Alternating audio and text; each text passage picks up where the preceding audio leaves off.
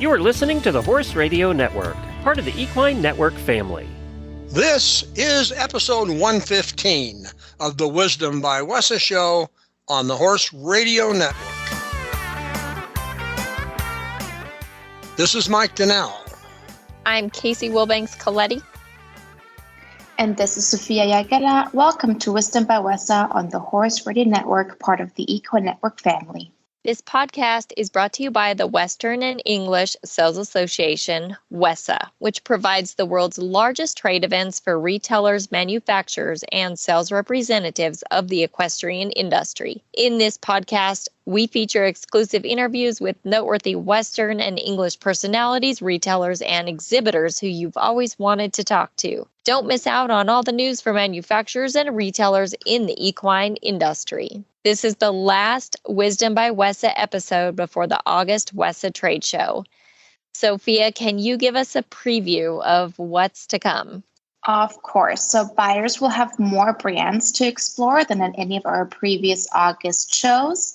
Almost 350 exhibitors will showcase their products across the Wessa floors, which is an impressive 200,000 square feet of exhibit space. And on top of that, we also have daily events planned and bio perks to offer retailers all throughout the whole show.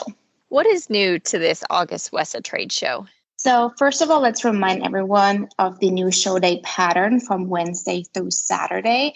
So the Wessa Trade Show opens on Wednesday, August 23rd. Then we're excited to offer over 70 wildcard deals on the 11th floor. Those deals are limited in quantity and exclusive and heavily discounted offers. You can check out a sample of each discounted product in our wildcard deal area. You just follow the signs and then step inside the room. And lastly, we will host a meet and greet for the first time at our daily party on Thursday with a former Wisdom by Wessa guest, cowboy, and artist J.T. Rockwell. You can also enjoy complimentary food and drinks while chatting with him and watching him paint life. Remind everyone again how they can join. So the Wessa Trade Show is not open to the public. Just a quick reminder that it is a B2B only trade show. And buyers from retail stores across the world can get their badges at the Wessa check-in counter if they haven't pre-registered. And you can just take a look online at wessatradeshow.com for a complete list of requirements.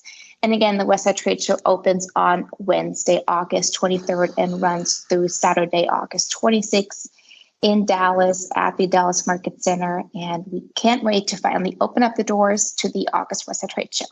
Jack A. Weil, known as Papa Jack, founded Rockmount Ranch Wear in 1946. He was the oldest CEO in the world at one time, and he worked daily until age 107. His son, Jack B., joined the firm in 54 and helped introduce Western fashion east of the Mississippi. Our guest today, Steve Weil, is the third generation of the family to head the firm. Steve expanded the business internationally and, among other achievements, introduced Relax Fit shirts. The company still adheres to Papa Jack's vision. He said, "We're never selling just to the cowboy. We sell the romance of the West. That's so much more." Steve Weil from Rockmount Ranch Wear, thanks for taking the time to join us on the Wisdom by Wessa show. Thank you for having me. It's always fun. Of course, I love to have Colorado companies on here. Casey and I are both down south of you in Pueblo, so it's great to have a Colorado company on the show. And of course, Rockmount has a storied history both in Colorado and in the Western fashion world, founded by what was known as Papa Jack back in 1946 and continuing through today. I actually met Papa Jack once when I was in your store.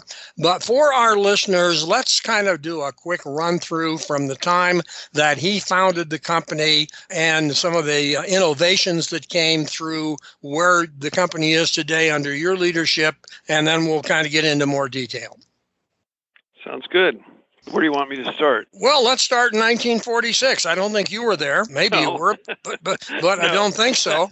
But he was. You know, he was the old school kind of innovator. He was the Elon Musk of his day. He saw an opportunity and developed a product and a market that didn't exist. And he was all about innovation from the day he started till the day he died at age 107. He became the world's oldest CEO. Well, I think that's a good start for anybody. The innovations that you talked about that he in his mind, chat a bit about those, because those are really the foundation for where you're taking the company today. Well, Rockmount is known for making the first Western shirts with snaps. And we also made the first commercially produced bolo ties. So my grandfather was all about innovation. And his thought was, what does it take to create a fashion identity for Westerners? Because prior to that, of course, people wore boots and hats, but shirts really didn't become a commercialized thing until the 1940s with my grandfather. And so he is basically the father of Western shirts. Where did the bolo tie idea come from? I guess he had ideas that were maybe native inspired, and he coined the term bolo tie. It was kind of a South American bolero that gave him the idea with a thong with tips and a slide. And that, of course, became pervasive. And, when you think about it, when he went into business, the market for Western wear was really the Rocky Mountain West. And he, together with my father, built this business. And my grandfather, the three generations of this company kind of tie into the expansion of the popularity of Western fashion. So my grandfather's market was the Rocky Mountain West. My father joined the company in the 50s, and he pushed the company east of the Mississippi and basically nationwide. And then I joined the company in the 1980s, and I expanded our international presence. But still with the same foundation shirt concept. And then you added another concept. Well, my grandfather came up with some of the mainstays of our foundation of design. The sawtooth pocket is something that differentiated us from everybody else, and now everybody copies us, but we're responsible for the sawtooth pocket and diamond snap design, which is our signature design and is worn worldwide. And then the relaxed fit shirt, which was your baby. Well, that's true.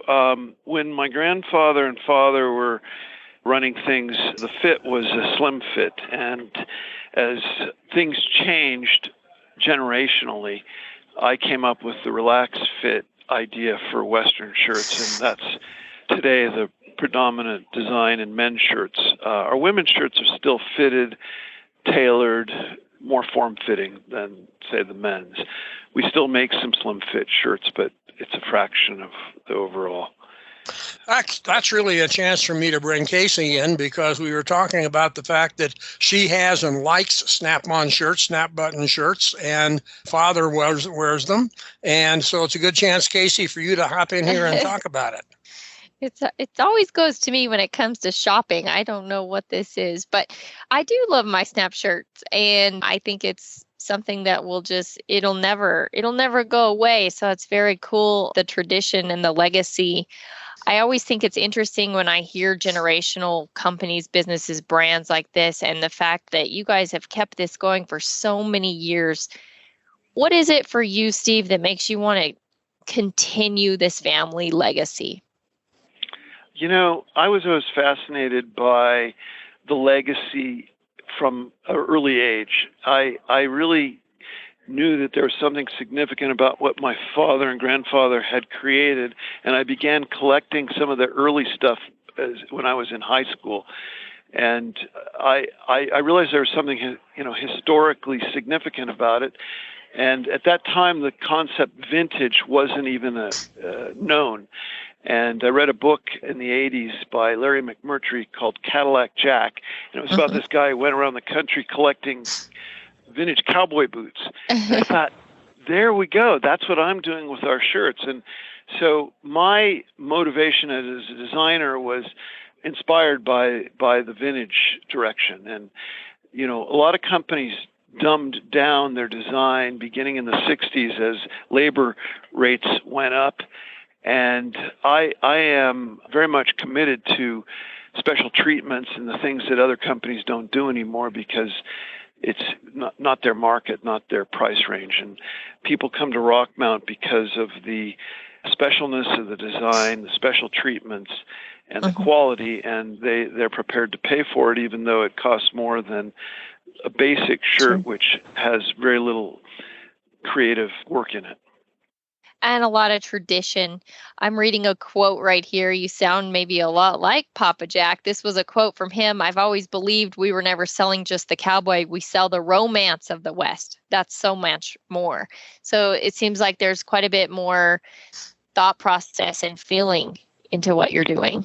Well, his joke was that if we lived off cowboys only, we'd be broke, because they wear, because cowboys are broke. We're broke. Yeah, and you know, we've always stuck to our roots, and we've never sold out the special treatment of what makes Western. But the reality of it is, if we're interested in what people will wear anywhere, and sure. And I mean, from Midland, Texas to Tokyo to Paris. Yeah. My challenge as a person growing up in the business was to create designs that my friends would wear, because there was a time, you know, there's times when different generations feel that something is passé and they don't, you know, it doesn't speak to them. And so the challenge is, how do you make it interesting for young people? And when you do that, then you create a lifelong customer. And for years, talking about customers, you guys have had customers like Elvis Presley and Robert Redford, Bob Dylan, and the list goes on. As a matter of fact, there's a link of celebrities on the website, on your website, rockmount.com. Just anybody that's anybody has been a customer with you guys. Well, you know, that's something that amazing, because it's not like we went out there trying to get that. It's just something that happened organically. And most recently, Bruce Springsteen came in and bought shirts, and he invited us to his concert, and we got to hang out with him. And nice. You know, that's not something you can predict. It just happens, and it's sort of what's special about working at Rockmount, because you never know what's going to happen on any given day, and it kind of makes us feel like it's worth getting up in the morning. Oh, of course. I'm not a celebrity, but I don't live too far, so I'm going to have to drop in sometime. And I know Mike has already visited there before. Yeah, I did. It was really kind of interesting. I've got a question, just a simple question going. Where did the name Rockmount come from? It's a conjunction of Rocky Mountains. Ah, that makes sense. Now that you say it that way. Yeah, my grandfather named the company, created the logo. In fact, the logo, which is in a rope script, is in his handwriting. And, you know, I was just always very much inspired by his creative designs. And one of the things that makes us different than any other company I know of is that we use the same label and the same logo from day one. So it's now 76 years in production, and that's kind of been our thing. You know, most companies, they have different designers come and go, and they blow with the wind in directions, and we have very much stuck with our roots and built from it in a fresh way every season. So our whole thing has been to not look at what anybody else is doing out there, but to go our own way and bring in fresh fabrics and treatments and things that haven't been done by anybody else. Well, one thing that clearly is different for you than it was for Papa Jack, or even probably your father, is you now have the ability to utilize social media and websites to take your message and your products to a broader audience on an almost instant basis. Chat a bit about how you've integrated that into your planning. The funny thing about that is that my grandfather was always innovative. He began using computers in the 60s, and we've been computerized fully, for now, that would be 60-some years. So they were always open to things that made sense. And back when I started, the fax machine was a new thing, and we were paying $1 a page to go pick it up across the street. And I went to New York, and I said, Papa, I think we should buy a fax machine. It was $1,800. He said, no, let's just do $1 a page. So I said, here's what we'll do. I'll buy the machine. You pay me the $1 a page. And then he basically went along with it. That's a good one. But my favorite thing was when he was turning 100, which was in 2001. We were working on launching our website, and CNN came to do an interview with what was then the world's oldest CEO at age 100. And I wanted to have our website up and functioning in time for that to happen. And so we did that, and we're now on to our 4th version of the website. But what's really amazing about this whole thing is that as retail has, the landscape for retail has radically changed from 2000 to today, meaning that stores have gone away in many places, yet the website enables people to reach out to us from anywhere, and we've had orders from Antarctica. Wow. It's an amazing thing that it allows a small family business to have that kind of reach. And we have fairly loyal following, and we do everything we can to maintain that interest and work whenever we get approached by the media. For instance, Yellowstone, we've had a lot of shirts in Yellowstone. We tend to be associated with most movies, a lot of artists, and they find us. By the way, we may be the only brand that doesn't pay for placement on Yellowstone. That's interesting. We don't do that because I don't think it's authentic to pay for placement. I think it means a lot more when the artists are making a personal choice to wear Rockmount, and that's something that I'm proud of. But we don't put a margin in our prices to cover for promotions and advertising. We'd much rather sell a shirt, not a bunch of bling. Well, clearly from Elvis to the Yellowstone, it certainly is another way to have a huge audience actually see the product and trace it down and find out where they can get one like it. One of the reasons these are good shows that we do is we're fortunate enough to interview an awful lot of family businesses, some of which are like yours, 3rd generation, and their dedication to keeping the business, keeping it current, so the business is still alive, but still keeping track of and honoring the traditions and the beliefs of the people who originally founded it. And clearly, Rockmount is one of those that falls in that category. So it's been a lot of fun chatting with you. I know you told me you've got another commitment here in a couple of minutes, but we wanted to thank you for being on the show. I love to hear the Rockmount story. One of these days, Casey and I will be up in Denver, and we'll stop in. Well, Mike and Casey, I want to thank you, but let me add something that I didn't have a chance to say. And please do. You made me think of it when you're talking about maintaining the integrity that was established by the founder.